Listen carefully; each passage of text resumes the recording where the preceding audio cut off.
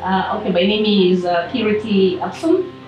I live in the US, Atlanta to be specific. I've lived in the US for over 30 years, and I'm back here with my family. I've got my husband with me, John Upson. Over there, I've got my sister. She's actually older than me, Lydia Mogo. And over here is my beautiful niece, Paul and Kata, and we are one family. I never really thought about investing in Kenya. For years, she's always said, I'm never going to try to buy land or property in Kenya. Just not going to happen. Let's do something else. I had already heard from friends, obviously. And then, of course, my sister over here had already been down that route. Sent money to be bought land by family members, and there was no land to be found. The first time I bought land in Kenya, it went in, like they say, hot air. I didn't get the title, I was told it was scrapped. That's another issue, because you have to trust the person that you're sending. Not every relative can be sent, but she's one of my most trusted family members, always has been. She got in contact with Paula. She saw the property. Everything kept going well along the process.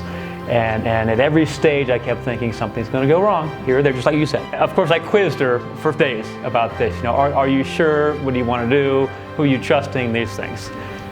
And she finally said, I think I found a company I want to go with. Just let me ride this thing out. It's not just a typical investment in terms of like money, it's just roots.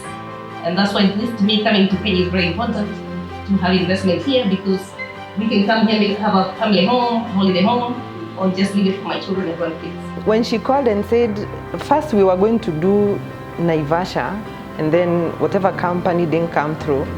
And then she says, there was, I think it was Alex Chamwada who was doing the marketing for you. So she had to send me the link so I watch, because we all have to look at all these things together.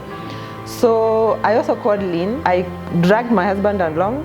So we all came in, and she was very kind. She took us through the property. It was marketed on the social media that you can actually see the Lake Nakuru. In fact, I remember I made a video call on WhatsApp. I had to wake them up and show them, that's the lake. That's how she was convinced. The first one was very quick. It was actually 30-something days. It was not even 60 days. No. And I couldn't believe it. The DHL person comes to my driveway. So they pull up, and the guy, I signed it up, and I opened it up, and it's the title deed, like that. I was like, this is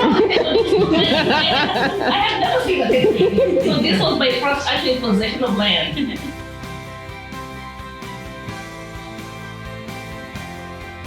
I think you do three things very well to build that trust.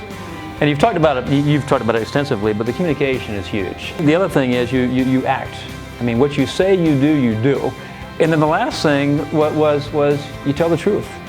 There was no hidden surprises at the end. I kept waiting for it. What's going to happen is at the end, there's going to be a delay. Now there are actually companies like AMG that you can trust.